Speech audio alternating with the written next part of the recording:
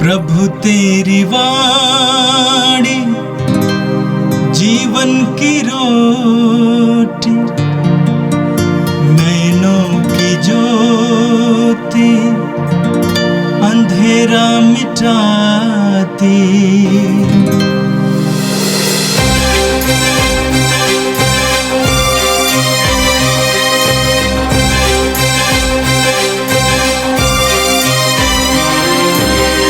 प्रभु तेरी वाणी जीवन की रोटी, नैनों की ज्योति अंधेरा मिटाती।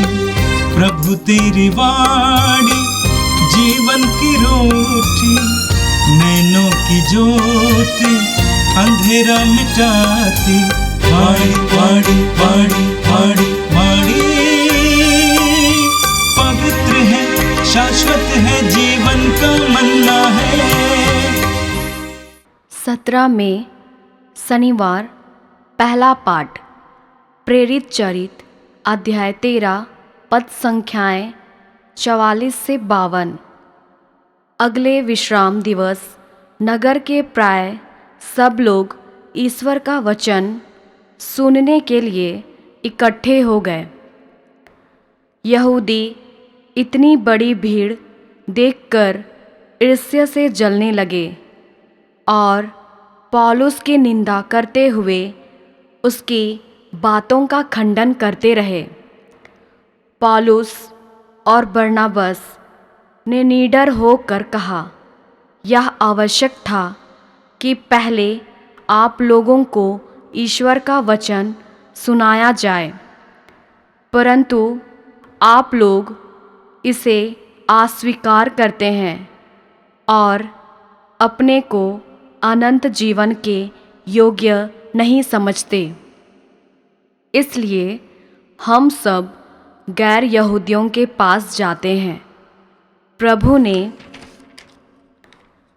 हमें यह आदेश दिया है, मैंने तुम्हें राष्ट्रों की ज्योति बना दिया है, जिससे तुम्हारे द्वारा मुक्ति का संदेश पृथ्वी के सीमांतों तक फैल जाए। गैर यहूदी यह सुनकर आनंदित हो गए और ईश्वर के वचन की स्तुति करते रहे। जितने लोग अनंत जीवन के लिए चुने गए थे, उन्होंने विश्वास किया और सारे प्रदेश में प्रभु का वचन फैल गया। किंतु यहूदियों ने प्रतिष्ठित भक्त, महिलाओं तथा नगर के नेताओं को उभाड़ा। पौलुस तथा बरनबास के विरुद्ध उपद्रव खड़ा कर दिया और उन्हें अपने इलाके से निकाल दिया। पौलुस और बरनबास उन्हें चेतावनी देने के लिए अपने पैरों की धूल झाड़कर इकोनिया चले गए। शिष्य आनंद और पवित्र आत्मा से परिपूर्ण थे। यह प्रभु की वाणी है। संत योहन के अनुसार पवित्र सुसमाचार अध्याय 14 वाक्य संख्या 7 से लेकर 14 तक। यदि तुम मुझे पहचानते हो तो मेरे पिता को भी पहचानोगे। अब तो तुम लोगों ने उसे पहचाना भी है और देखा भी है। फिलिप ने उनसे कहा, प्रभु, हमें पिता के दर्शन कराइए, हमारे लिए इतना ही बहुत है।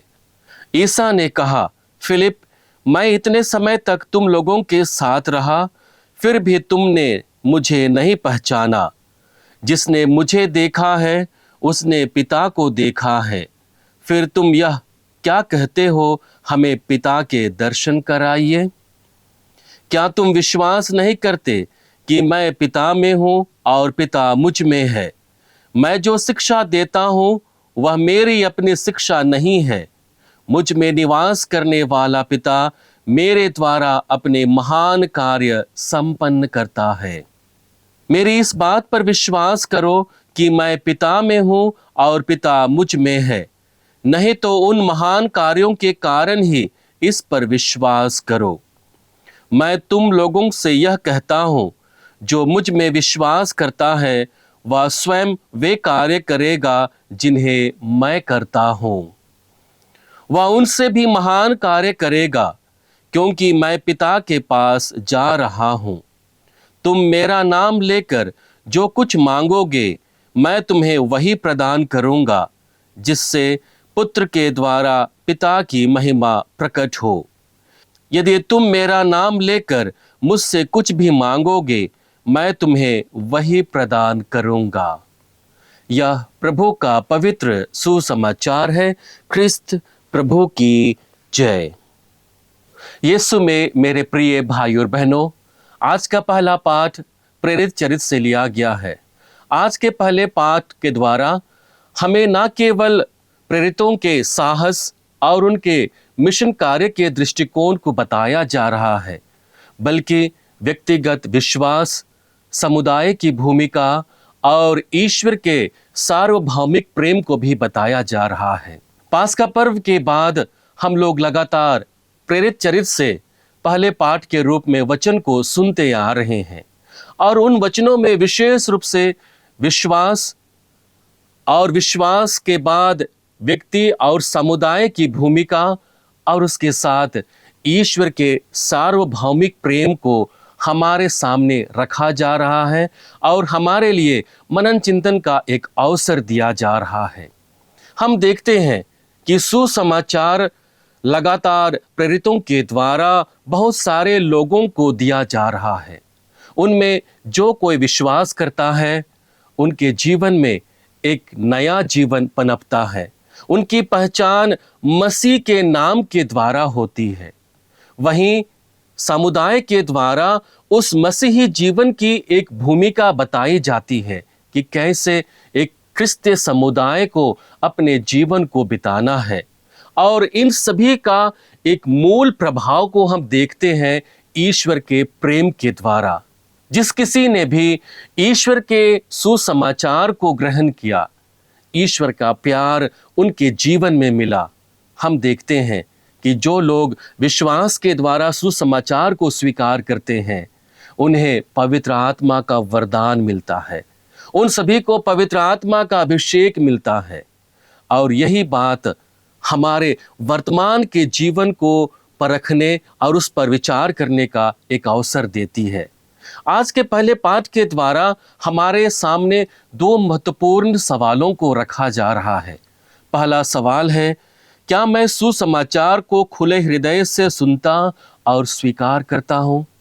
आज के पहले पाठ में हम देखते हैं कि पौलुस और बरनाबस मसीह के सुसमाचार को लोगों के सामने रखते हैं, लेकिन वहाँ कुछ ऐसे यहूदी होते हैं जो हृदय की कठोरता के कारण उसकी अवहेलना करते हैं, उस सुसमाचार को स्वीकार नहीं करते हैं और इस प्रकार से देखते हैं कि वे लोग ईश्वर के जीवनदायी योजना के भागी बनने से चूक जाते हैं।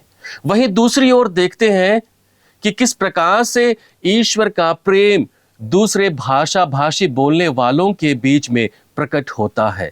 हम वचन में पढ़ते हैं, अगले विश्राम दिवस नगर में प्रायः सब लोग ईश्वर का वचन सुनने के लिए इकट्ठे हो गए। यहूदी इतनी बड़ी भीड़ देखकर ईर्ष्या से जल रहे थे और पौलुस की निंदा करते हुए उसकी बातों का खंडन करते रहे। पौलुस और बरनाबस ने निडर होकर कहा, यह आवश्यक ही था कि पहले आप लोगों को ईश्वर का वचन सुनाया जाए, परंतु आप लोग इसे अस्वीकार करते हैं और अपने को अनंत जीवन के योग्य नहीं समझते। इसलिए हम अब गैर यहूदियों के पास जाते हैं। इस वचन के साथ यह स्पष्ट हो जाता है कि जो लोग हृदय से सुसमाचार को सुनते हैं और उसे स्वीकार करते हैं उनके जीवन में परिवर्तन आ जाता है। लेकिन वहीं दूसरी तरफ जो कठोर हृदय के द्वारा ईश्वर के सुसमाचार को छोड़ देते हैं, तिरस्कार करते हैं, उसे स्वीकार नहीं करते हैं, उनके बीच में ईश्वर की महिमा प्रकट नहीं होती है। और यही बात को हम सुसमाचार में लगातार वचन के द्वारा देखते हैं। हम संत यूहन्ना के सुसमाचार अध्याय 4 में पढ़ते हैं, जहाँ पर सामारी स्त्री के विषय में हम पढ़ते हैं कि कैसे प्रभु यीशु सुसमाचार को सामारी स्त्री के पास रखता है। वह कहता है कि संजीवन जल वह स्वयं है, और उन्हीं के बात के बीच धीरे धीरे सामारी स्त्री प्रभु में विश्वास करती है, और विश्वास के द्वारा अपने जीवन में वह परिवर्तन देखती है।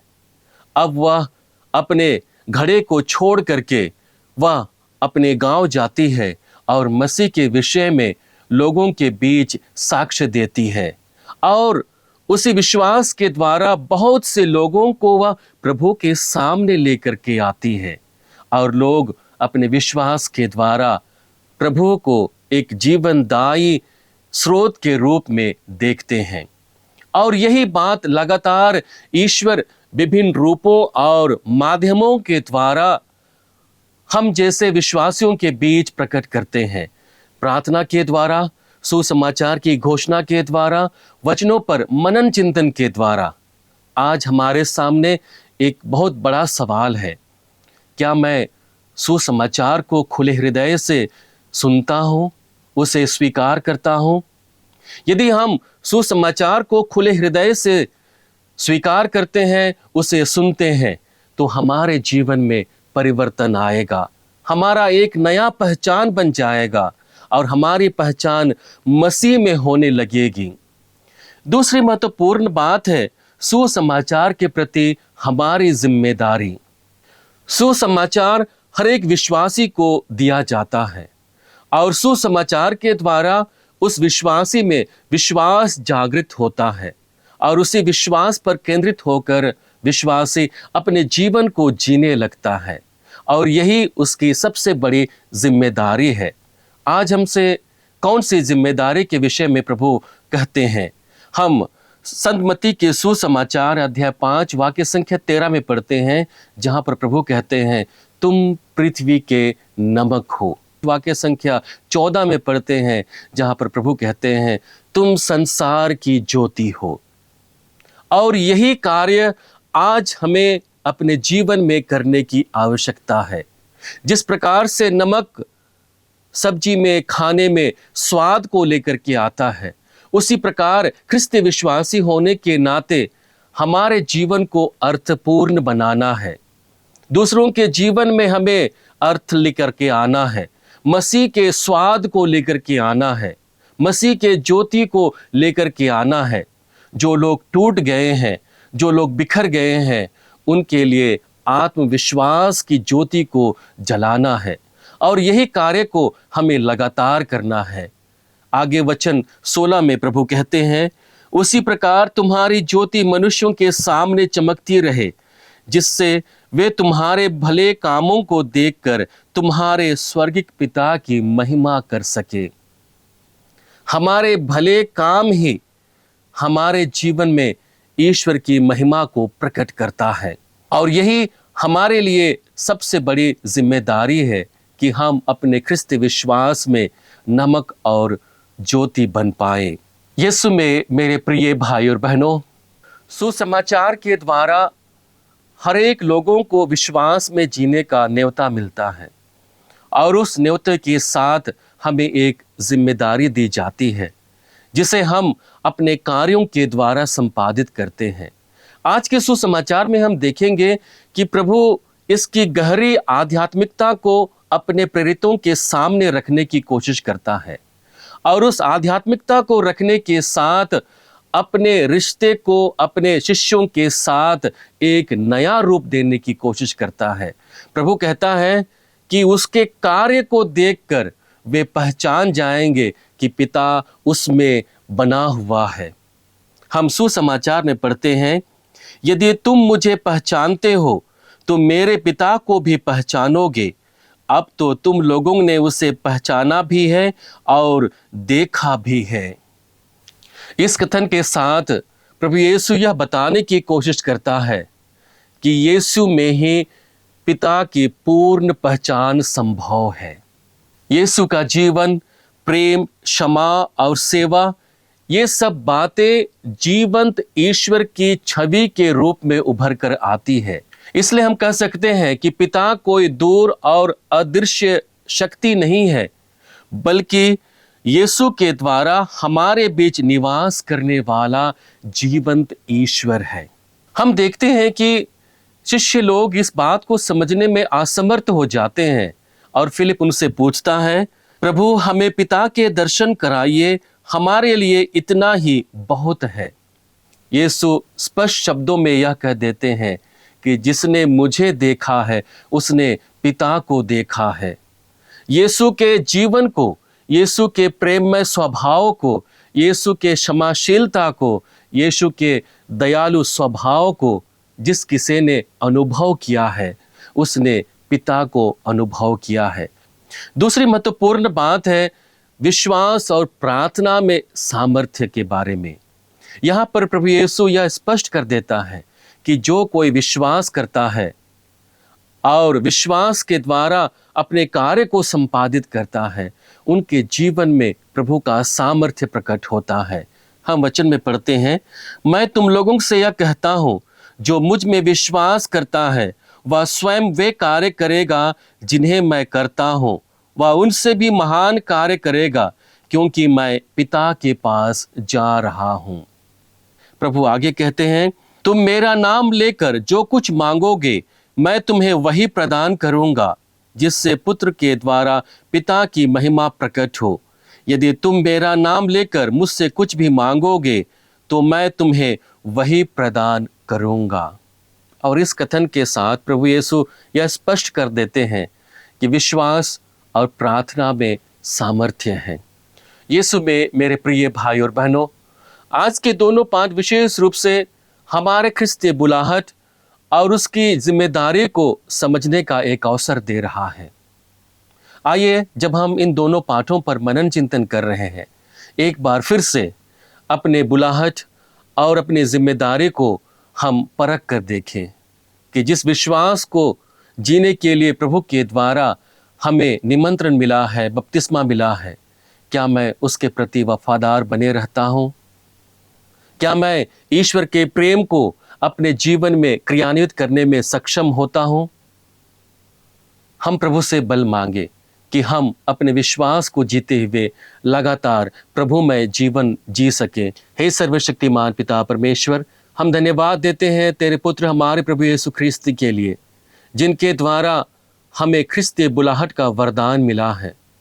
जिस प्रकार से प्रेरितों ने उस वरदान को, उस बुलाहट को बखूबी अपने जीवन में जिया और अपने जिम्मेदारियों को समझते हुए दूसरे लोगों को भी जीने की प्रेरणा दी। हम न केवल अपने जीवन को प्रभु में जी सके, बल्कि ऐसे लोगों को भी प्रेरणा दे सके जो अपने जीवन में टूट चुके हैं, जिनका विश्वास टूट चुका है। उनके जीवन में हम एक ज्योति बने और ज्योति दिखाकर उन सभी लोगों को तेरे पुत्र की ओर वापस कर सके। हम यह वरदान मांगते हैं हमारे प्रभु ख्रिस्त के द्वारा, आमीन। प्रभु तेरी वाणी जीवन की रोटी, नैनों की ज्योति अंधेरा मिटाती, वाणी वाणी